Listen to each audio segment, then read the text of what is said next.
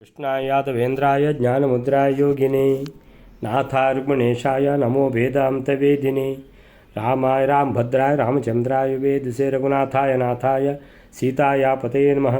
मनोजवं मारुततुल्यवेगं जितेन्द्रियं बुद्धिमतां वरिष्ठं वातात्मजं वानरयोत्तमुख्यं श्रीरामदूतं शरणं प्रपद्ये।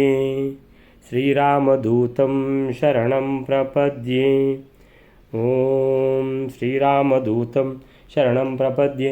नारायणं नमस्कृत्य नरं चैव नरोत्तमं देवीं सरस्वतीं व्यासं ततो जयमुदीरयेत्। व्यासाय भवनाशाय श्रीशाय गुणराशे हृद्याय शुद्धविद्याय मध्वाय च नमो नमः।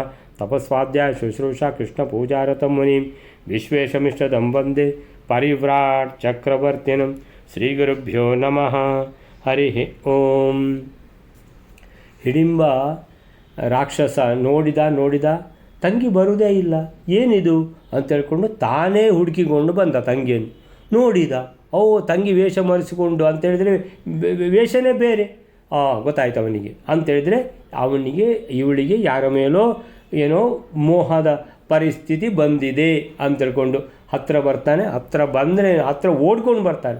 ಓಡ್ಕೊಂಡು ಬಂದು ಯಾರು ಭೀಮ ಅಂತೇಳಿದರೆ ಕೊಂದು ಬಿಡ್ತೇನೆ ಅಂತ, ಯಾರಂತ ಗೊತ್ತಿಲ್ಲ ಇವ. ಸೊ ಅವನನ್ನು ಕೊಂದು ಬಿಡ್ತೇನೆ ಅಂತ ಅಷ್ಟಾಗುವಾಗ ತಂಗಿಯನ್ನು ಸಹ ಕೊಂದು ಬಿಡ್ತೇನೆ ಅಂತ ಶುರು ಮಾಡಿದ. ಯಾರು? ಈ ಹಿಡಿಂಬಕ ರಾಕ್ಷಸ. ಆವಾಗ ಅವಳು ಏನು ಮಾಡ್ತಾಳೆ, ತಂಗಿ ಭೀಮನನ್ನೇ ಶರಣು ಹೋಗ್ತಾಳೆ. ಯಾಕಂತೇಳಿದರೆ ಮುಂದೆ ತಾನು ಹೇಗಿದ್ದರೂ ಇವನನ್ನೇ ಮದುವೆ ಆಗೋದು, ಆದ್ದರಿಂದ ಇವನಿಂದಲೇ ನನಗೆ ಎಲ್ಲದೂ ಮುಕ್ತಿ ಸಿಗುವಂಥದ್ದು. ಈ ರಾಕ್ಷಸ ಜನ್ಮದಿಂದಲೂ ಮುಕ್ತಿ ಸಿಗಬೇಕಿದ್ದರೆ ಈ ಭೀಮಸೇನಿಂದಲೇ ಸಿಗಬೇಕು. ಆದ್ದರಿಂದ ಅವನು ರಕ್ಷಣೆ ಕೊಡಲಿಕ್ಕೆ ಆಗೋದಿಲ್ಲ ಅಂತ ಹೇಳಲಿಕ್ಕಿಲ್ಲ ಅಂತ ಹೇಳಿಬಿಟ್ಟು ಅಣ್ಣನಿಂದ, ಹಿಡಿಂಬಕ ರಾಕ್ಷಸನಿಂದ ತಪ್ಪಿಸಿಕೊಳ್ಳಲಿಕ್ಕೆ ಭೀಮನನ್ನೇ ಶರಣು ಹೋಗ್ತಾಳೆ. ಸೊ ಅವನೇನು ಮಾಡ್ತಾನೆ, ಭೀಮಸೇನ ಅವಳನ್ನೂ ರಕ್ಷಿಸಬೇಕು, ಹಿಡಿಂಬಿಯನ್ನು. ಈ ಕಡೆಯಿಂದ ತನ್ನ ಸಹೋದರರನ್ನು ರಕ್ಷಿಸಬೇಕು. ಅವರು ನಿದ್ದೆ ಮಾಡ್ತಾ ಇದ್ದಾರೆ.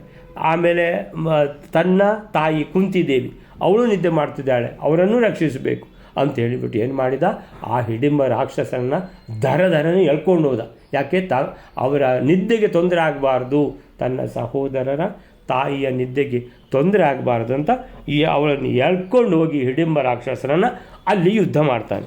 ಸೊ ಯುದ್ಧ ಮಾಡಿ ಏನಾಯಿತು ಆಮೇಲೆ ಅಂತ ನೋಡುವ. ಈಗ 55ನೇ ಶ್ಲೋಕವೇದರೆ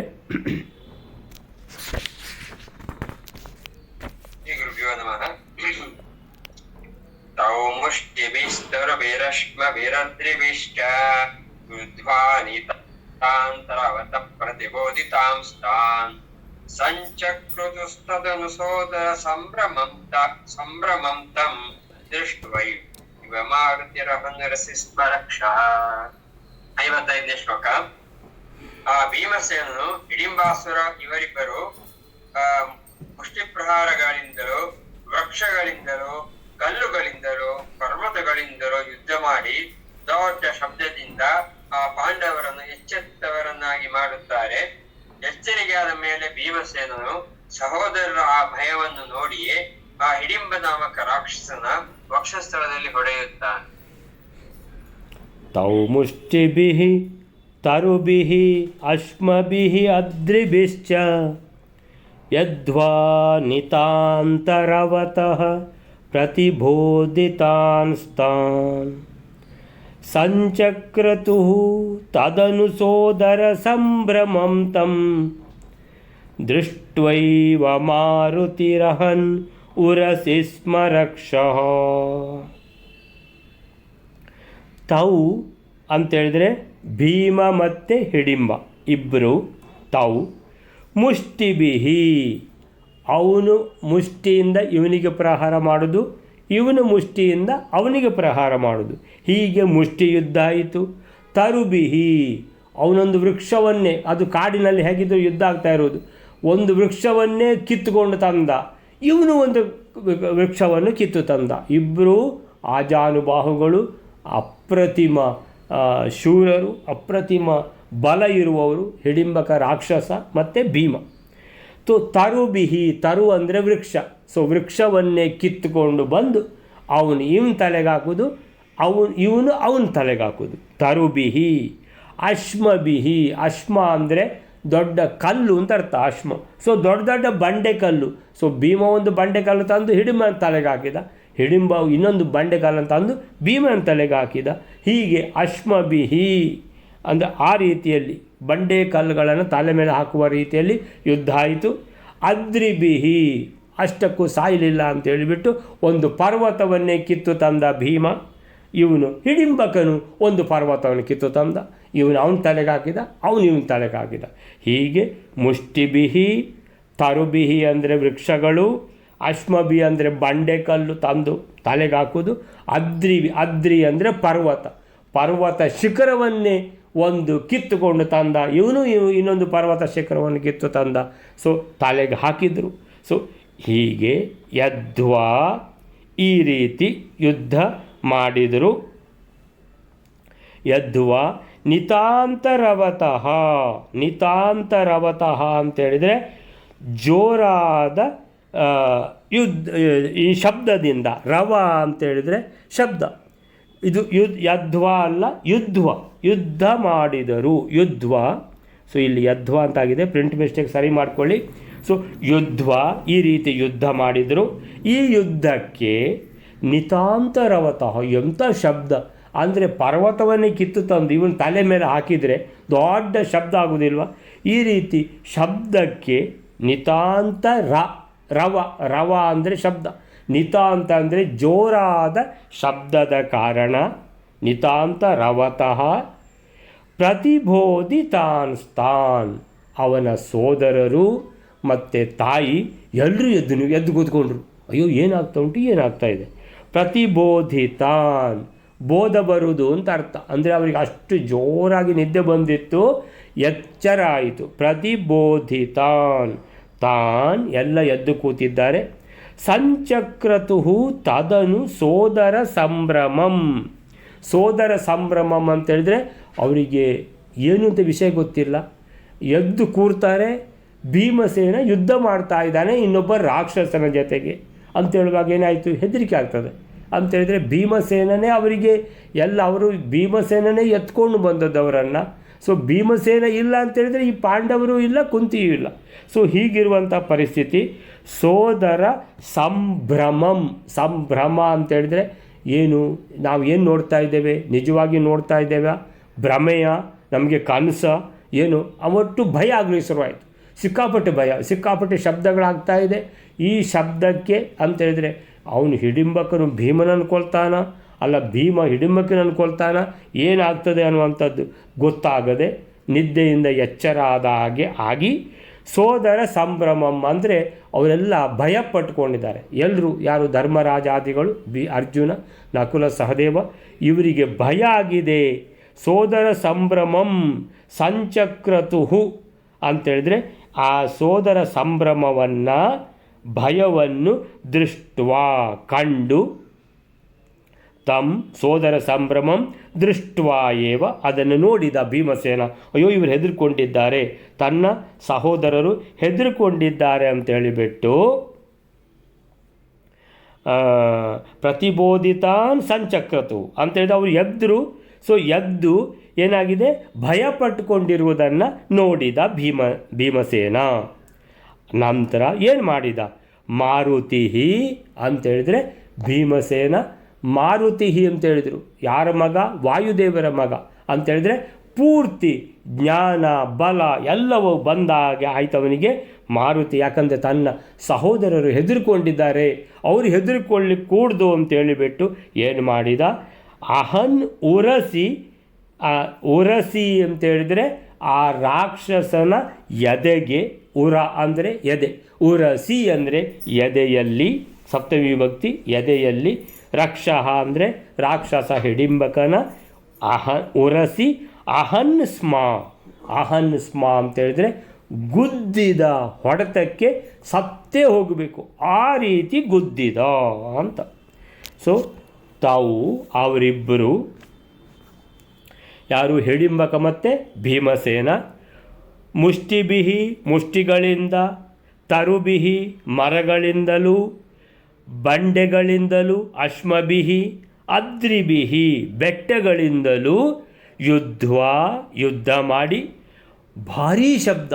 ಭಾರೀ ಶಬ್ದಕ್ಕೆ ನಿತಾಂತರವತಃ ಆ ಶಬ್ದಕ್ಕೆ ಪ್ರತಿಬೋಧಿದಾನ್ ಸ್ಥಾನ್ ಸಂಚಕ್ರತುಹು ಅವರೆಲ್ಲ ಏನು ಆ ಯುದ್ಧಕ್ಕೆ ಏನು ಮಾಡಿದ ಅಂತೇಳಿದ್ರೆ ಎಚ್ಚರಗೊಳ್ಳುವಂತೆ ಆಯಿತು, ಎಚ್ಚರಗೊಳ್ಳುವಂತೆ ಮಾಡಿದರು. ಇವರಿಬ್ಬರು ಸೇರಿ ಅವರು ಸೋದರರು 4 ಜನ ಮತ್ತು ಕುಂತಿದೇವಿ ಅವರು ಗಾಢ ನಿದ್ರೆಯಲ್ಲಿದ್ದರು. ಆ ಗಾಢ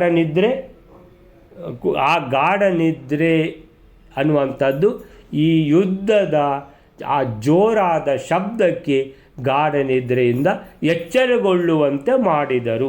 ಸಂಚಕ್ರತುಹು, ಚಕ್ರತುಹು ಅಂದರೆ ಮಾಡಿದರು, ಅಂದರೆ ಚಕ್ರತುಹು, ಚಕ್ರತುಹು, ಚಕ್ರುಹು ಅಂತೇಳಿದರೆ ಇಲ್ಲಿ ಚಕ್ರತುಹು ಅಂತೇಳಿದರೆ ಇಬ್ಬರು ಅಂತ. ಯಾರೆಲ್ಲ? ಹಿಡಿಂಬ ಮತ್ತು ಭೀಮ.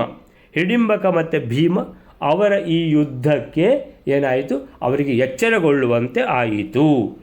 ತದನು ಸೋದರ ಸಂಭ್ರಮಂ ಅಂತೇಳಿದರೆ ಆವಾಗ ಸೋದರರ ಕಾತರತೆ ಅಂದರೆ ನಿದ್ದೆಯಿಂದ ಎದ್ದಿದ್ದಾರಷ್ಟೇ, ಇದ್ದಕ್ಕಿದ್ದಾಗೆ ಈ ಯುದ್ಧದ ಶಬ್ದಕ್ಕೆ ಎಚ್ಚರ ಆದದ್ದು. ನೋಡ್ತಾ ಇದ್ದಾರೆ ಇಬ್ಬರು ಅಂತೇಳಿ ಭೀಮನಷ್ಟೇ ಬಲ ಇರುವಂಥ ಇನ್ನೊಬ್ಬ ರಾಕ್ಷಸ ಭೀಮನೊಟ್ಟಿಗೆ ಯುದ್ಧ ಮಾಡ್ತಾ ಇದ್ದಾರೆ ಅಂತ ಹೇಳುವಾಗ ಏನಾಯಿತು, ಒಂಥರ ಅವರಿಗೆ ವಿಚಿತ್ರ ಅಂತೇಳಿದ್ರೆ ಏನು ವಿಷಯನೂ ಗೊತ್ತಿಲ್ಲ, ಯಾರು ಏನು ಅಂತ ಗೊತ್ತಿಲ್ಲ ಅಂತೇಳಿದ್ರೆ ಭಯ ಆಗಿಬಿಡ್ತು ಅವರಿಗೆ ಭಯ ಆದದ್ದನ್ನು ಭೀಮಸೇನ ನೋಡಿದ.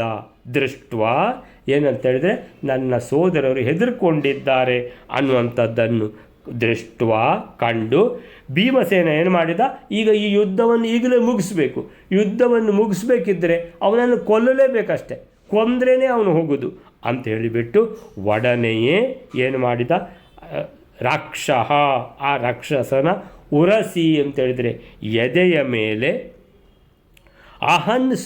ಅಹನ್ಸ್ಮ ಅಂತೇಳಿದರೆ ಮಾರಣಾಂತಿಕವಾಗಿ ಗುದ್ದಿದ. ಸೊ ಭೀಮ ಹಿಡಿಂಬರ ಯುದ್ಧವನ್ನು ಇಂದ್ರ ಮತ್ತು ವೃತ್ರಾಸುರರು ಯಾವ ರೀತಿ ಯುದ್ಧ ಮಾಡಿದರೋ ಆ ರೀತಿ ಅಮೋಘ ಅಂತ ತಿಳ್ಕೊಂಡು ಮಹಾಭಾರತ ವರ್ಣಿಸಿದೆ ಅಂತ ಬರಿತಾ ಇದ್ದಾರೆ ಪ್ರಭಂಜನಾಚಾರ್ಯರು. ತದಾಸೀತ್ ತುಮುಲಂ ಯುದ್ಧಂ, ತದಾ ಆಸೀತ್ ಆವಾಗ ಆಯಿತು, ತುಮುಲಂ ಯುದ್ಧಂ ಘೋರ ಯುದ್ಧ. ಭೀಮಸೇನ ಹಿಡಿಂಬಕಯೋಹೋ, ಹಿಡಿಂಬ ರಾಕ್ಷಸ ಮತ್ತು ಭೀಮಸೇನರ ಮಧ್ಯದಲ್ಲಿ ಸರ್ವಾಸ್ತ್ರ ವಿದುಷೋರ್ ಘೋರಂ, ಸರ್ವಾಸ್ತ್ರ ವಿದುಷೋ ಇಬ್ಬರೂ ಕೂಡ ಎಲ್ಲ ಅಸ್ತ್ರ ಶಸ್ತ್ರಗಳು ತಿಳಿದವರಾಗಿದ್ದರು. ಘೋರಂ ಅಂತೇಳಿದರೆ ಘೋರವಾದ ಯುದ್ಧ. ಅದಕ್ಕೆ ಹೆದರಿಕೊಂಡದ್ದು ಯಾರು, ಬಾಕಿ ಪಾಂಡವರು ಹೆದರ್ಕೊಂಡ್ಬಿಟ್ರು, ಅಯ್ಯೋ ಭೀಮಸೇನಿಗೆ ಏನಾದರೂ ಆದರೆ ಕಷ್ಟ ಅಂಥೇಳಿ. ಸೊ ಇದು ನೋಡಿದರೆ ಯಾವ ಥರ ಅಂತೇಳಿದರೆ ವೃತ್ರ ವಾಸವಯೋರಿವ ಅಂತೇಳಿದರೆ ವಾಸವ ಅಂದರೆ ಇಂದ್ರ, ವೃತ್ರ ಅಂದರೆ ವೃತ್ರಾಸುರ ಮತ್ತು ಇಂದ್ರರ ಮಧ್ಯದಲ್ಲಿ ಯಾವ ರೀತಿ ಘೋರ ಯುದ್ಧವಾಯಿತೋ ಆ ರೀತಿ ಯುದ್ಧವಾಯಿತು ಅಂತ ಹೇಳ್ತಾರೆ. ಹಲೋ ಸೊ ಆ ರೀತಿ ಯುದ್ಧ ಆಯಿತು. ಯಾರಿಗೆ? ವೃತ್ರಾಸುರ ಮತ್ತು ಇಂದ್ರರ ಮಧ್ಯದಲ್ಲಿ ಯುದ್ಧ ಆದಾಗೆ ಯುದ್ಧ ಆಯಿತು ಅಂತ ಹೇಳ್ತಾರೆ. ಈಗ ಆಮೇಲೆ 5 ಯೋಜನ ವಿಸ್ತಾರದ ಆ ಕಾಡೆಲ್ಲ ಕ್ಷಣ ಮಾತ್ರದಲ್ಲಿ ಬೋಳಾಯಿತು ಅಂತೇಳಿದರೆ ಯಾಕೆ ಬೋಳಾಯಿತು ಆ ಕಾಡು? ಅವನು ವೃಕ್ಷ ಕಿತ್ತು ತರ್ತಾ ಇದ್ದಾನೆ, ಇವನು ವೃಕ್ಷ ಕಿತ್ತು ತರ್ತಾ ಇದ್ದಾನೆ. ಸೊ ಎಷ್ಟು ವೃಕ್ಷ ಇವನು ತಲೆ ಮೇಲೆ ಹಾಕಿದ್ದಾನೆ, ಅವನು ತಲೆ ಮೇಲೆ ಹಾಕಿದ್ದಾನೆ ಗೊತ್ತಿಲ್ಲ. ದೊಡ್ಡ ದೊಡ್ಡ ವೃಕ್ಷಗಳೇ ಇಲ್ಲ, ಅಂದರೆ ಕಾಡೆಲ್ಲ ಬೋಳು ಮಾಡಿದರು ಭೀಮಸೇನ ಮತ್ತು ಹಿಡಿಂಬ ಒಟ್ಟಾಗಿ ಅಂತ ಹೇಳ್ಕೊಂಡು ಅದು ಆ ರೀತಿ ಮಹಾಭಾರತದಲ್ಲಿ ಆ ವಿಷಯನೂ ಬಂದಿದೆ ಅಂತ ಹೇಳ್ತಾರೆ. ನಂತರ ತಡ ಮಾಡಿದಲ್ಲಿ ರಾಕ್ಷಸ ಮಾಯಾಯುದ್ಧ ಮಾಡಬಹುದು ಅಂತ ಅರ್ಜುನನಿಗೆ ಹೆದರಿಕೆ ಆದದ್ದು. ಯಾಕಂದರೆ ಅರ್ಜುನನಿಗೆ ಗೊತ್ತಾಯಿತು ಭೀಮಸೇನ ಒಬ್ಬ ರಾಕ್ಷಸನ ಜೊತೆಗೆ ಯುದ್ಧ ಮಾಡ್ತಾ ಇದ್ದಾರೆ ಅಂತ ನೋಡಿದರೆ ಗೊತ್ತಾಗಿಬಿಡ್ತು. ಸೊ ಅರ್ಜುನ ತಿಳ್ಕೊಂಡ, ಈಗ ಈ ರಾಕ್ಷಸರು ಮೊದಲೆಲ್ಲ ಬೇರೆ ರೀತಿಯಲ್ಲಿ ಯುದ್ಧ ಮಾಡ್ತಾರೆ, ಅವರಿಗೆ ಎದುರಾಳಿಯನ್ನು ಸೋಲಿಸಲಿಕ್ಕೆ ಆಗೋದಿಲ್ಲ ಅಂತ ಹೇಳಿದ ಕೂಡಲೇ ಮಾಯಾ ಯುದ್ಧ ಶುರು ಮಾಡ್ತಾರೆ. ಮಾಯಾ ಯುದ್ಧ ಶುರು ಮಾಡಿದರೆ ಅಂತೇಳಿದರೆ ಮತ್ತು ಗೊತ್ತಾಗೋದಿಲ್ಲ ಎಲ್ಲಿಂದ ಅವನು ಏನು ಅಸ್ತ್ರವನ್ನು ಉಪಯೋಗಿಸ್ತಾ ಇದ್ದಾನೆ, ಶಸ್ತ್ರ ಎಸಿತಾ ಇದ್ದಾನೆ ಅಂತ. ಸೊ ಇದನ್ನು ಅರ್ಜುನ ಎಣಿಸ್ಕೊಂಡ, ಏನಾದರೂ ಭೀಮಸೇನಿಗೆ ಕಷ್ಟ ಆದರೆ ಅಂತ. ಸೊ ಆ ರೀತಿ ಭಯ ಆದದ್ದು ಅಂತ ಹೇಳ್ತಾರೆ. ಸೊ ಈ ಭಯವನ್ನು ಭೀಮಸೇನ ನೋಡಿ ಏನು ಮಾಡಿದ, ಈ ಹಿಡಿಂಬನನ್ನು ಈಗಲೇ ಮುಗಿಸಿಬಿಡಬೇಕು, ಯಾಕಂದರೆ ತನ್ನ ಅರ್ಜುನಾದಿಗಳಿಗೆ ಹೆದರಿಕೆ ಆಗಿದೆ ಅಂತ ಎಣಿಸಿಬಿಟ್ಟು ಅವನು ಎದೆಗೆ ಹೊಡೆದ. ಸೊ ಸೋದರ ಸಂಭ್ರಮ ಅಂತೇಳಿದರೆ ಇಲ್ಲಿ ಕಾತರತೆ, ಏನಾಗ್ತದೋ ಏನೋ ಅನ್ನುವಂಥದ್ದು, ಆ ರೀತಿಯ ಭಯಕ್ಕೆ ಸಂಭ್ರಮ ಅಂತ ಹೆಸರು ಅಂತ ಹೇಳ್ತಾರೆ. ಸೊ ಅಲ್ಲಿಗೆ ಏನಾಯಿತು ಅಂತ ಹೇಳಿದ್ರೆ ಈ 54ನೇ ಶ್ಲೋಕ ಆಯಿತು. 55ನೇ ಶ್ಲೋಕ ವೇಲಾರೆ 56ನೇ ಶ್ಲೋಕ. ಹಾಂ, ಭೀಮ ಬಾಹುಬಲತಾಡಿ ತಮೀಶ ವಾಕ್ಯ ಸರ್ವೈರಚೇಯಮಪಿ ಭೂಮಿ ತಲೆ ಪಪಾತ ವಕ್ತ್ರಸ್ರವದ್ಬಹುರಶೋಣಿತಮಾಪ ಮೃತ್ಯುಂ ಪ್ರಾಯಾತ್ತಮೋಂಧಮಪಿ ನಿತ್ಯಮತ ಕ್ರಮೇಣ. 56ನೇ ಶ್ಲೋಕ. ಆ ರಾಕ್ಷಸನು ರುದ್ರನ ವರದಿಂದ ಎಲ್ಲರಿಂದಲೂ ಗೆಲ್ಲಲ್ಪಡದಿರುವವನಾದರೂ ಭೀಮಸೇನ ಭುಜ ಪರಾಕ್ರಮದಿಂದ ಹೊಡೆಯಲ್ಪಟ್ಟವನಾಗಿ ನೆಲದಲ್ಲಿ ಬಿದ್ದನು ಮತ್ತು ಮುಖದಿಂದ ಸುರಿಯತಕ್ಕ ರಕ್ತವುಳ್ಳವನಾಗಿ ಮರಣವನ್ನೇ ಹೊಂದಿದ್ದನು. ಆಮೇಲೆ ಕ್ರಮದಿಂದ ನಿತ್ಯವಾದ ಅಂಧತಮಸ್ಸನ್ನು ಕೂಡ ಹೊಂದಿದನು. ತದ್ಭೀಮ ಬಾಹು ಬಲ ತಾಡಿತಂ ಈಶವಾಕ್ಯಾತ್ ಸರ್ವೈರಜೇಯಮಪಿ ಭೂಮಿತಳೆ ಪಪಾತ ವಸ್ತ್ರಸ್ರವತ್ ಬಹುಲಶೋಣಿತಂ ಆಪಮೃತ್ಯುಂ ಪ್ರಾಯಾತ್ ತಮೋಂಧಮಪಿ ನಿತ್ಯಮಧಕ್ರಮೇಣ. ತತ್ ಭೀಮ ಬಾಹುಬಲ. ಭೀಮ ಬಾಹುಬಲ ಅಂತೇಳಿದರೆ ಅದು ಎಷ್ಟು ಅಂತ ಎಣಿಸಲಿಕ್ಕೆ ಸಾಧ್ಯ ಇಲ್ಲ. ಅಂಥ ಭೀಮಸೇನ, ಆವಾಗ ನಾವು ಮಧ್ಯ ವಿಜಯದಲ್ಲಿ ಓದಿದ್ದೇವೆ, ಎಲ್ಲಿ ಆ ಭದ್ರಾವತಿ ಶಿವಮೊಗ್ಗದ ಹತ್ತಿರ ಒಂದು ಭದ್ರಾ ನದಿ ಅಲ್ಲೋ ಅದು ಅಂದರೆ ಪೂರ್ತಿ ನೆನಪು ಬರ್ತಾ ಇಲ್ಲ. ಸೊ ಆ ನದಿಗೆ ಅದ್ರ ಪ್ರವಾಹ ಸಿಕ್ಕಾಪಟ್ಟೆ ಆಗಿ ಯಾರೂ ಸ್ನಾನ ಮಾಡಲಿಕ್ಕೆ ಆಗ್ತಿರಲಿಲ್ಲ. ಅದಕ್ಕೋಸ್ಕರ ಪವಿತ್ರವಾದ ನದಿಯಲ್ಲಿ ಸ್ನಾನ ಮಾಡಲಿಕ್ಕೆ ಆಗಬೇಕಂತ ಹೇಳಿಬಿಟ್ಟು ಸ್ನಾನ ಮಾಡಲಿಕ್ಕೆ ಪವಿತ್ರವಾದ ನದಿಯಲ್ಲಿ ಸ್ನಾನ ಮಾಡಲಿಕ್ಕೆ ಆಗಬೇಕಂತ ಹೇಳ್ಕೊಂಡು ಒಂದು 100 ಜನ ಏನು ಮಾಡಿದ್ದಾರೆ, 100 ಜನ ತರುಣರು, ಬಹಳ ದಾಂಡಿಗರು ಒಟ್ಟಾಗಿ ದೊಡ್ಡ ಒಂದು ಬಂಡೆ ಕಲ್ಲನ್ನು ಆ ಯಾವುದು ನದಿಯ ಮಧ್ಯದಲ್ಲಿ ತಂದಿಟ್ಟರೆ ಆವಾಗ ಪ್ರವಾಹ ಕಂಟ್ರೋಲಿಗೆ ಬರ್ತದೆ ಮತ್ತು ಸ್ನಾನ ಮಾಡಲಿಕ್ಕೆ ಅನುಕೂಲ ಆಗ್ತದೆ ಅಂತ ಹೇಳ್ಕೊಂಡು ತಗೊಂಡು ಬಂದರು. ಆದರೆ ಅರ್ಧ ದೂರಕ್ಕೆ ಇನ್ನೇನು ನದಿ ಸ್ವಲ್ಪ ದೂರವೇ ಇರುತ್ತದೆ ಅಂತ ಹೇಳುವಾಗ ಅವರು ಸೋತು ಬಿಟ್ಟರು ಅಷ್ಟು ಜನ. ಆವಾಗ ಮಧ್ವಾಚಾರ್ಯರು ಆ ದಾರಿಯಲ್ಲಿ ಹೋಗುವುದನ್ನು, ಈ ವಿಷಯವನ್ನು ಮಧ್ವಾಚಾರ್ಯರು ನೋಡ್ತಾರೆ. ಓ, ಇವರಿಗೆ ಆ ಕಲ್ಲು ಇಷ್ಟು ಕಷ್ಟಪಟ್ಟು ತರ್ತಾ ಇದ್ದಾರೆ ಯಾಕೆಂತ ಹೇಳಿದ್ರೆ ನದಿ ಮಧ್ಯದಲ್ಲಿ ಇಡಲಿಕ್ಕೆ ಅಂತ ಕಾಣ್ತದೆ, ಇವರಿಂದ ಆಗಲಿಲ್ಲ. ಮಧ್ವಾಚಾರ್ಯರು ಕೇಳ್ತಾರೆ ಯಾಕೆ ತಂದಿದ್ದೀರಿ ಅಂತ. ಆವಾಗ ಅವ್ರು ಹೇಳ್ತಾರೆ, ಈ ರೀತಿ ಅಲ್ಲಿ ಸ್ನಾನ ಮಾಡಲಿಕ್ಕೆ ಸ್ವಲ್ಪ ಅವಕಾಶ ಆಗಬೇಕು, ಸಿಕ್ಕಾಪಟ್ಟೆ ಸೆಳೆತ ಇದೆ ಪ್ರವಾಹ, ಅದಕ್ಕೋಸ್ಕರ ಅಂತ ಹೇಳ್ಕೊಂಡು ತರ್ತಾ ಇದ್ದೀವಿ. ಆದರೆ ಏನಾಯಿತು ಅಂತ ಹೇಳಿದರೆ ನಮ್ಮಿಂದ ಆಗಲಿಲ್ಲ. 100 ಜನ ತರುಣರಿಂದಲೂ ಆಗದೆ ಅವರು ಸುಸ್ತಾಗಿ ಇಟ್ಟುಬಿಟ್ರು ಆ ಕಲ್ಲನ್ನು ಅಲ್ಲೇ ಅಂತ ಮಧ್ವಾಚಾರ್ಯ ಹೇಳ್ತಾರೆ. ಯೋಚನೆ ಮಾಡಬೇಡಿ, ನಾನೊಂದು ಪ್ರಯತ್ನ ಮಾಡಿ ನೋಡ್ತೇನೆ. ಅದಕ್ಕೆ ಅವ್ರು ನಕ್ಕು ಬಿಟ್ರಂತೆ. 100 ಜನ ತರುಣರಿಗೆ ಆಗದಿದ್ದದ್ದನ್ನು ನಿಮ್ಮಿಂದ ಆಗ್ತದಾ ಅಂತ ಹೇಳಲಿಲ್ಲ, ಅವರು ನಕ್ಕು ಬಿಟ್ಟರು. ಮಧ್ವಾಚಾರ್ಯರು ಹೋದರು, ಆ ಬಂಡೆಯನ್ನು ಎತ್ತಿ ತಂದು ಎಲ್ಲಿ ಇಟ್ಟರು, ಆ ನದಿ ಮಧ್ಯದಲ್ಲಿ. ಅಷ್ಟು ಜನ ನೋಡ್ತಾನೇ ಇದ್ದಾರೆ.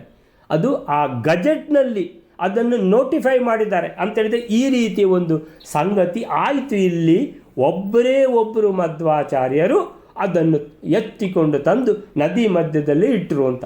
ಆಗ ಕಳಸ ಆಗ ನೋಡಿದವರು ಅದನ್ನು ಏನಂತ ಕಮೆಂಟ್ ಮಾಡಿದರು, ಇವರು ಭೀಮನೇ ಇರಬೇಕು ಅಂತ. ಅಂತೇಳಿದರೆ ಮಧ್ವಾಚಾರ್ಯರು ಮಾಡಿದ ಅಷ್ಟು ದೊಡ್ಡ ಬಂಡೆಯನ್ನು ಒಬ್ಬರೇ ತಂದದ್ದು, ಎತ್ತಿಕೊಂಡು ತಂದು ಅದನ್ನು ಮಧ್ಯದಲ್ಲಿ ಇಟ್ಟದನ್ನು ನೋಡಿ ಜನ ಉದ್ಗಾರ ಮಾಡಿದರು, ಇವನು ಭೀಮನೇ ಇರಬೇಕು ಅಂತ. ಅಂದರೆ ಭೀಮನ ಬಾಹುಬಲ ಅಂತೇಳಿದರೆ ನೀವು ಆಲೋಚನೆ ಮಾಡ್ಕೊಳ್ಳಿ, ಭೀಮನ ಬಾಹುಬಲ ಎಷ್ಟು ಅಂತ. ಸೊ ತತ್ ಭೀಮ ಬಾಹುಬಲದಿಂದ ತಾಡಿತಂ ಅಂದರೆ ಹೊಡೆದದ್ದು. ತಾಡಿತ ಅಂದರೆ ತಾಡುವುದು ಅಂತ, ನಮ್ಮ ತುಳುನಲ್ಲಿ ಹೇಳೋದಿಲ್ವ, ಪೆತ್ತ ತಾಡುಣು ಅಂತ. ತಾಡುವುದು ಅಂತ ಹೇಳಿದ್ರೆ ಅಂದರೆ ಮಾರಣಾಂತಿಕವಾಗಿ ಹಲ್ಲೆ ಮಾಡ್ತದೆ ಅಂತ ಅದರ ಅರ್ಥ. ತಾಡಿತಂ ಅಂದರೆ ಒಂದು ಮುಷ್ಟಿಯಿಂದ ಅವನ ಉರಸಿಗೆ ಅಂದರೆ ಎದೆಗೆ, ಆ ರಾಕ್ಷಸನ ಎದೆಗೆ ಭೀಮಸೇನ ಎಂಥ ಒಂದು ಹೊಡೆದಿದ್ದಾನಂತೇಳಿದರೆ ಬಾಹುಬಲ ತಾಡಿತ, ತನ್ನ ಬಾಹುಬಲವನ್ನು ಉಪಯೋಗಿಸಿ ಕೊಂದೇ ಬಿಡಬೇಕಂತ. ಯಾಕಂದರೆ ಅರ್ಜುನ ಹೆದರಿದ್ದಾನೆ, ಬಾಕಿ ನನ್ನ ಸಹೋದರರು ಹೆದರಿದ್ದಾರೆ ಅಂತೇಳಿದರೆ ಇನ್ನು ತುಂಬ ಹೊತ್ತು ಯುದ್ಧ ಮಾಡಬಾರ್ದು, ಇವನನ್ನು ಈಗಲೇ ಮುಗಿಸ್ಬೇಕಂತ ಒಂದು ಹೊಡೆದಿದ್ದಾನೆ ಮುಷ್ಟಿಯಿಂದ ಅಂತ ಹೇಳುವಾಗ ಆ ರಾಕ್ಷಸನಿಗೆ ಏನಾಯಿತು? ಈಶವಾಕ್ಯಾತ್ ಸರ್ವೈಹಿ ಅಜೇಯಂ. ಆ ರಾಕ್ಷಸ ಅವನೇನು ಕಡಿಮೆ ಇಲ್ಲ, ಅವನು ಈಶವಾಕ್ಯಾತ್, ಅವನು ತಪಸ್ಸು ಮಾಡಿದ್ದಾನೆ. ಈಶಾ ಅಂತೇಳಿದರೆ ರುದ್ರದೇವರು, ರುದ್ರದೇವರಿಂದ ವರ ಪಡೆದಿದ್ದಾನೆ. ಈಶವಾಕ್ಯಾತ್, ರುದ್ರದೇವರ ವರದಿಂದ ಸರ್ವೈಹಿ ಅಜೇಯಂ ಅಪಿ, ಎಲ್ಲರಿಂದಲೂ ಅಜೇಯಂ ಅಂತೇಳಿದರೆ ಏನರ್ಥ? ಯಾರಿಂದಲೂ ಹಿಡಿಂಬಕ ರಾಕ್ಷಸನನ್ನು ಸೋಲಿಸಲಿಕ್ಕೆ ಸಾಧ್ಯ ಇಲ್ಲ ಅನ್ನುವಂತಹ ವರ ಪಡೆದಿದ್ದಾನೆ ರುದ್ರದೇವರಿಂದ. ಈಶವಾಕ್ಯಾತ್, ರುದ್ರದೇವರ ವರ ಇದೆ ಅವನಿಗೆ. ಸರ್ವೈಹಿ ಅಜೇಯಂ, ಯಾರಿಂದಲೂ ಅವನನ್ನು ಸೋಲಿಸಲಿಕ್ಕೆ ಸಾಧ್ಯ ಇಲ್ಲ ಅನ್ನುವಂಥ ಅಜೇಯತ್ವದ ವರ ಪಡೆದಿದ್ದಾನೆ ಯಾರು? ಹಿಡಿಂಬಕ. ಆದರೆ ರುದ್ರದೇವರಿಂದಲೂ ಉನ್ನತ ಸ್ತರದಲ್ಲಿರುವಂತಹ ಭೀಮಸೇನ ವಾಯುದೇವರ ಅವತಾರವಾದ ಕಾರಣ ಏನಾಯಿತು? ಭೂಮಿ ತಳೆ ಪಪಾತ. ಭೂಮಿ ತಳೆ ಪಪಾತ ಅಂತೇಳಿದ್ರೆ ಭೂಮಿಯ ಮೇಲೆ ಬಿದ್ದ ಆ ಮುಷ್ಟಿಯ ಪ್ರಹಾರಕ್ಕೆ. ಅಂದರೆ ವಾಯುದೇವರು ರುದ್ರದೇವರಿಂದ ಮೇಲಿನ ಕಕ್ಷೆಯಲ್ಲಿರುವ ಕಾರಣ ಸೊ ರುದ್ರದೇವರ ವರವನ್ನು ವಾಯುದೇವರು ಏನು ಮಾಡಿದರು? ನಿರಾಕರಿಸಿದರು. ಈ ರಾಕ್ಷಸನನ್ನು ಇವತ್ತು ಕೊಲ್ಲಲೇಬೇಕು. ಯಾಕಂತೇಳಿದರೆ ಅವನು ಜೀವದಲ್ಲಿದ್ದರೆ ಪಾಂಡವರನ್ನು, ಕುಂತಿದೇವಿಯನ್ನು, ಹಿಡಿಂಬಿಯನ್ನು ಎಲ್ಲರನ್ನೂ ಕೊಂದುಬಿಡ್ತಾನವ. ಅದಕ್ಕೋಸ್ಕರ ಈ ರಾಕ್ಷಸನನ್ನು ಕೊಲ್ಲಬೇಕಂತ ವಾಯುದೇವರು ನಿರ್ಧಾರ ಮಾಡಿರುವ ಕಾರಣ ರುದ್ರದೇವರು ಕೈ ಮುಗಿಬೇಕಾಗ್ತದೆ. ಸರಿ, ನೀವು ಆ ರೀತಿ ಅಂತೇಳಿದರೆ ಯಾವುದು ಎಲ್ಲರ ಉದ್ಧಾರಕ್ಕೋಸ್ಕರ ನೀವು ಮಾಡುವ ಕೆಲಸ ಆದ ಕಾರಣ ನಾನು ಮಧ್ಯದಲ್ಲಿ ಬರುವುದಿಲ್ಲ ಅಂತ ರುದ್ರದೇವರು ಕೈ ಮುಗಿದು ಕೂತ್ಕೊಳ್ತಾರೆ. ಸೊ ಹೀಗೆ ಈಶವಾಕ್ಯಾತ್ ಸರ್ವೈಹಿ ಅಜೇಯಂ. ಆದರೂ ಭೂಮಿ ತಳೆ ಪಪಾತ, ಆ ಮುಷ್ಟಿಯ ಭೀಮಸೇನನ ಬಾಹುಬಲದ ಆ ಹೊಡೆತವನ್ನು ತಡ್ಕೊಳ್ಳಿಕ್ಕಾಗದೆ ಭೂಮಿ ಮೇಲೆ ಬಿದ್ದ. ಯಾರು? ಹಿಡಿಂಬ. ಭೂಮಿ ತಳೆ, ಭೂಮಿಯ ಮೇಲೆ ಪಪಾತ ಬಿದ್ದ. ವಕ್ತ್ರಸ್ರವತ್ ಬಹುಲಶೋಣಿತಂ ಆಪಮೃತ್ಯುಂ. ವಕ್ತ್ರೇಣ ಸ್ರವತ್ ಅಂತೇಳಿದರೆ ಬಾಯಿಂದ ರಕ್ತವಾಂತಿ ಮಾಡಿದ ಅಂತೇಳಿದೆ. ವಕ್ತ್ರೇಣ ಸ್ರವತ್ ಅಂತೇಳಿದರೆ ಹೊರಗೆ ಬರುವುದು. ಏನು ಹೊರಗೆ ಬಂತು? ಬಹುಲ ಶೋಣಿತಂ. ಶೋಣಿತಂ ಅಂದರೆ ರಕ್ತ. ಬಹುಲ ಶೋಣಿತಂ ಅಂತೇಳಿದರೆ ತುಂಬ ರಕ್ತ ಹೊರಗೆ ಬಂತು. ರಾಕ್ಷಸ ಭಾಳಷ್ಟು ರಕ್ತ ಇದೆ, ಆದ್ದರಿಂದ ರಕ್ತ ಕಾರ್ತಾ ಇದ್ದಾನೆ. ವಕ್ತಸ್ತ್ರವತ್ ಬಹುಲ ಶೋಣಿತಂ ಆಪಮೃತ್ಯುಂ. ಆಪಮೃತ್ಯುಂ ಅಂತೇಳಿದರೆ ಮೃತ್ಯುವನ್ನು ತಲುಪಿದ. ಆಪ ಅಂದರೆ ತಲುಪಿದ, ತಲುಪಿದ ಅಂದರೆ ಹೊಂದಿದ ಅಂತ ಅರ್ಥ. ಮೃತ್ಯುವನ್ನು ಹೊಂದಿದ, ಸತ್ತ ಅಂತ. ಹಿಡಿಂಬಕ ಸತ್ತ. ಪ್ರಾಯಾತ್ ತಮಃ ಅಂಧಂ ಅಪಿ. ಅಂಧಂ ಅಪಿ ತಮ. ಅಂಧಂ ತಮ ಅಂತೇಳಿದರೆ ಅಂಧ ತಮಸ್ಸು ಕೂಡ. ಪ್ರಾಯಾತ್ ಹೋದ. ನಿತ್ಯಂ ಅಧಕ್ರಮೇಣ. ನಿತ್ಯಂ ನಿತ್ಯವಾದ ಅಂಧತಮಸ್ಸಿಗೆ ಅಧಕ್ರಮೇಣ. ಅಧಕ್ರಮೇಣ ಅಂತೇಳಿದರೆ ಕ್ರಮೇಣವಾಗಿ ಲಾಸ್ಟಿಗೆ ತಲುಪಬೇಕಾದ ಅಂಧತಮಸ್ಸು. ಹಾಗಾದರೆ ಮೊದಲು ಎಲ್ಲಿಗೆ ಹೋದ ಅಂತೇಳಿದರೆ ಆ ಮಾರ್ಗದಲ್ಲಿ ನರಕ ಸಿಗ್ತದೆ ಅಂತ ಕಾಣ್ತದೆ. ನರಕ ಸಿಕ್ಕಿದ ಮೇಲೆ ಇನ್ನು ಬೇರೆ ಎಲ್ಲ ಇಂಥದ್ದೇ ಲೋಕಗಳು. ನರಕ, ಅದಕ್ಕಿಂತ ಹೆಚ್ಚಿಗೆ ಏನು ತೊಂದರೆ ದುಃಖ ಕೊಡುವಂಥ ಇನ್ನೊಂದು ಯಾವುದು ರಸತಳ ಪಾತಾಳ ಅಂತ ತಿಳ್ಕೊಂಡೆಲ್ಲ ವಿತಳ ಪಾತಾಳ ಲಾಸ್ಟಿಗೆ ಹೋಗಿ ತಲುಪುವಂಥದ್ದು. ಅಂದರೆ ಅಂಧ ತಮಸ್ಸಿನಲ್ಲಿ ಲೇಷ ಮಾತ್ರವೂ ಸುಖ ಇಲ್ಲದ ದುಃಖವೇ ದುಃಖ ಇರುವಂತಹ ಅದು ಘೋರ ನರಕ ಯಾವುದು? ಅಂಧ ತಮಸ್ಸು. ಅಂದರೆ ಲಾಸ್ಟಿಗೆ ಕ್ರಮೇಣ ಅಂತೇಳಿದರೆ ಹೀಗೆ ಒಂದೊಂದೇ ನರಕಗಳನ್ನು ದಾಟಿ ದಾಟಿ ದಾಟಿ ಅಂಧ ತಮಸ್ಸಿಗೆ ಹೋಗಿ ಬಿದ್ದ. ಯಾರು? ಹಿಡಿಂಬಕ. ಪ್ರಾಯಾತ್ ಅಂದರೆ ಹೋದ.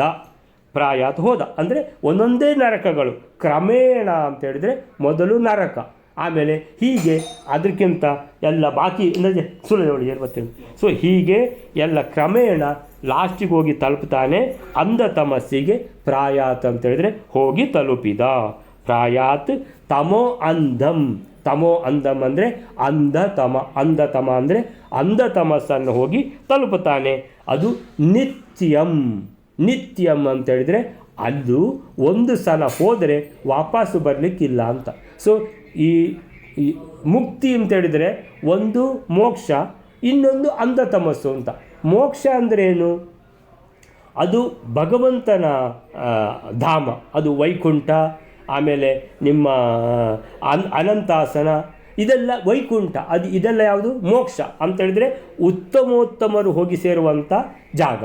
ಸೊ ಅಲ್ಲಿಗೆ ಹೋದರೂ ವಾಪಸ್ ಬರಲಿಕ್ಕಿಲ್ಲ. ತತಪದಂ ತತ್ ಪರಿಮಾರ್ಗಿತವ್ಯಂ ಯಸ್ಮಿನ್ ಗತ ನ ನಿವರ್ತಂತಿ ಭೂಯಃ.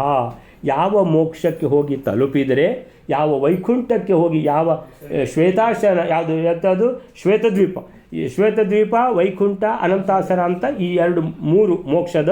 ಸೊ ಎಲ್ಲಿಗೆ ತಲುಪಿದರೆ ಮತ್ತೆ ವಾಪಸ್ಸು ಬರಲಿಕ್ಕಿಲ್ವೋ ಹಾಗೆ ಈ ರಾಕ್ಷಸ ಇವನು ಹೋಗಿ ತಲುಪಿದ್ಯಾವುದು? ಅಂಧ ತಮಸ್ಸು. ಈ ಅಂಧ ತಮಸ್ಸು ಕೂಡ ಅಷ್ಟೇ, ಒಂದು ಸಲ ಹೋದರೆ ಇವನು ವಾಪಸ್ಸು ಬರಲಿಕ್ಕೆ ಇಲ್ಲ. ಸೊ ಅಲ್ಲಿ ಒಳ್ಳೆಯವರು ಹೋಗುವ ಜಾಗಕ್ಕೆ ಹೋದರೂ ವಾಪಸ್ಸು ಬರಲಿಕ್ಕಿಲ್ಲ. ಇಂಥ ಅಧಮಾಧಮರು ಹೋದ ಜಾಗಕ್ಕೂ ಕೂಡ ವಾಪಸ್ಸು ಬರಲಿಕ್ಕಿಲ್ಲ ಅಂಧ ತಮಸ್ಸು. ಸೊ ಅಂಧ ತಮಸ್ಸಿಗೆ ಹೋಗಿ ತಲುಪಿದ. ಅದು ನಿತ್ಯ ಅಂತ ಹೇಳ್ತಾರೆ. ನಿತ್ಯ ಅಂದರೆ ಮತ್ತೆ ವಾಪಸ್ಸು ಬರಲಿಕ್ಕಿಲ್ಲ ಇಲ್ಲಿಂದ.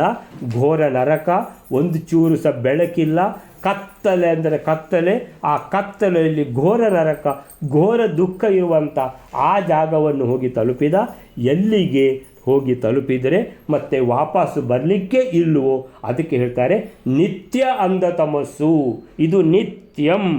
ಅಧಕ್ರಮೇಣ. ಅಧಕ್ರಮೇಣ ಅಂತೇಳಿದರೆ ಸೀದಾ ಹೋಗಲಿಲ್ಲ ಅವ. ಅಧ ಅಂದರೆ ಕೆಳಗೆ ಕೆಳಗೆ, ಕ್ರಮೇಣ. ಫಸ್ಟಿಗೆ ನರಕಕ್ಕೆ ಹೋದ, ನರಕಕ್ಕಿಂತಲೂ ಕೆಳಗೆ ಹೋದ, ಅದಕ್ಕಿಂತಲೂ ಕೆಳಗೆ ಹೋದ, ಹೋಗಿ ಹೋಗಿ ಹೋಗಿ ಲಾಸ್ಟಿಗೆ ಹೋಗಿ ಅಂಧ ತಮಸ್ಸಿಗೆ ಹೋಗಿ ಬಿದ್ದ ಅಂತ ಹೇಳ್ತಾ ಇದ್ದಾರೆ ಈ 56ನೇ ಶ್ಲೋಕಕ್ಕೆ.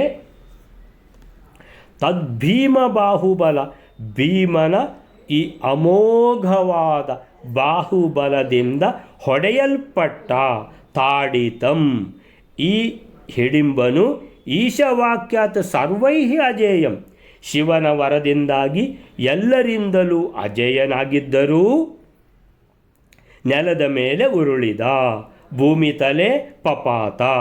ಬಾಯಿಂದ ಬಹಳವಾಗಿ ರಕ್ತಕಾರಿ ಸತ್ತು ಹೋದ. ವಕ್ತ್ರಸ್ರವತ್. ವಕ್ತ್ರಸ್ರವತ್ ಅಂದರೆ ಬಾಯಿಯಿಂದ, ವಕ್ತ್ರೇನ ಸ್ರವತ್. ಸ್ರವತ್ ಅಂದರೆ ಹೊರಗೆ ಬಂತು. ಯಾವುದು? ಬಹುಲ ಶೋಣಿತಂ. ಬಾಯಿಂದ ಬಹಳವಾಗಿ ರಕ್ತಕಾರಿ ಸತ್ತು ಹೋದ. ಮೃತ್ಯುಂ ಆಪ. ನಂತರ ಮುಂದೆ ಕ್ರಮವಾಗಿ ಕ್ರಮೇಣ ನಿತ್ಯವಾದ ಅಂಧ ತಮಸ್ಸಿಗೂ ಹೋಗಿ ತಲುಪಿದ. ನರಕಕ್ಕೆ ಹೋದ. ಅಲ್ಲಿಂದ ಹೋಗಿ ಕೆಳಗೆ ಕೆಳಗೆ ಕೆಳಗೆ ಕೆಳಗೆ ಹೋಗಿ ಅತ್ಯಂತ ಕೆಳಗೆ ಇರುವಂತಹ ಅಂಧ ತಮಸ್ಸು. ಅಲ್ಲಿ ಸ್ವಲ್ಪನೂ ಸುಖವಾಗಲಿ, ಸ್ವಲ್ಪ ಆದರೂ ಬೆಳಕಾಗಲಿ ಇಲ್ಲದೆ ಇರುವಂತಹ ಆ ಘೋರ ಯಾವುದು ಮಹಾನರಕ ಅಂತೇಳಿ ಅಂಧ ತಮಸ್ಸನ್ನು ಹೋಗಿ ತಲುಪಿದ. ಸೊ ಶಿವನ ವರದಿಂದಾಗಿ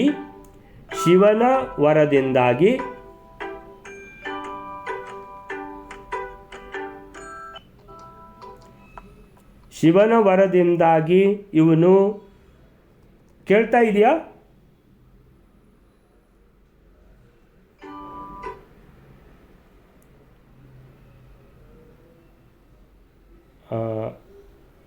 ಬಹುಶಃ ಮುಗಿನಾತ ಒಂದು ತತ್ತು ಫೋನು ಹಾಂ ಇಮ್ಮನ ಫೋನುಗು ಅಂದು ಶೇ